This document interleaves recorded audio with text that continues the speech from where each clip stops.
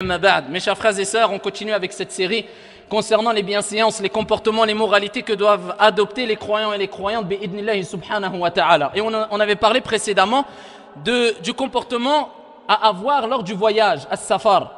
On a parlé aussi du comportement à avoir au moment où la personne veut manger.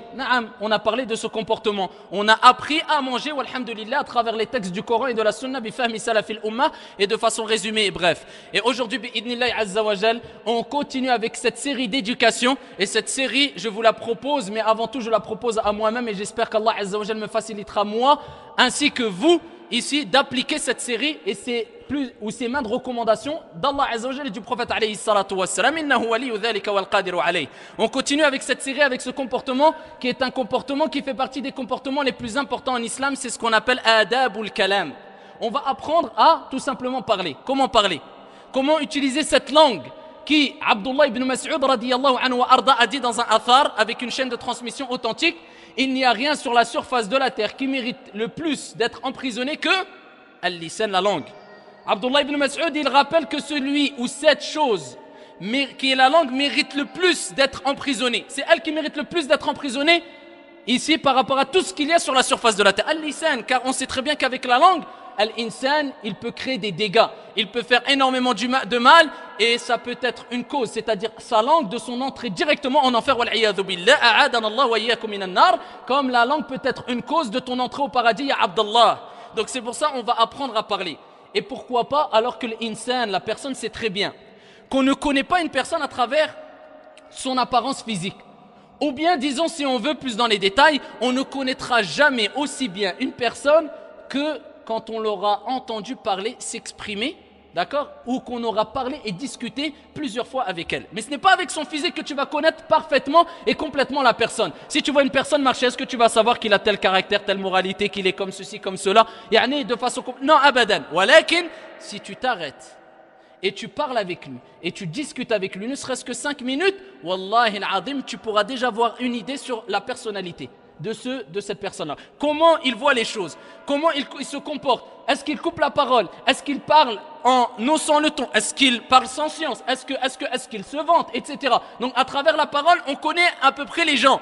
Donc c'est pour ça que c'est quelque chose de très important, la parole, et le prophète alayhi salatu wassalam a mis en garde contre le fait de lâcher sa langue sans la retenir et sans peser les paroles qui sortent de notre bouche à travers notre langue, comme Allah Azza wa Jalla l'a fait aussi dans le Saint-Coran, comme on va le voir bi'idnillahi subhanahu wa ta'ala. C'est pour ça, ayyuhal ikhwatu wal akhawat, on commence avec le hadith très connu rapporté par l'imam al-Bukhari, rahimahullah ta'ala, où le prophète alayhi afdalus salati wa askat taslim a dit: Man kana yu'minu billahi wal yawmil akhir falyaqul khayran aw liyasmut. Celui qui croit en Allah et au jour dernier, qu'il dise du bien ou qu'il se taise. Ça, c'est une recommandation prophétique rapportée par al-Bukhari.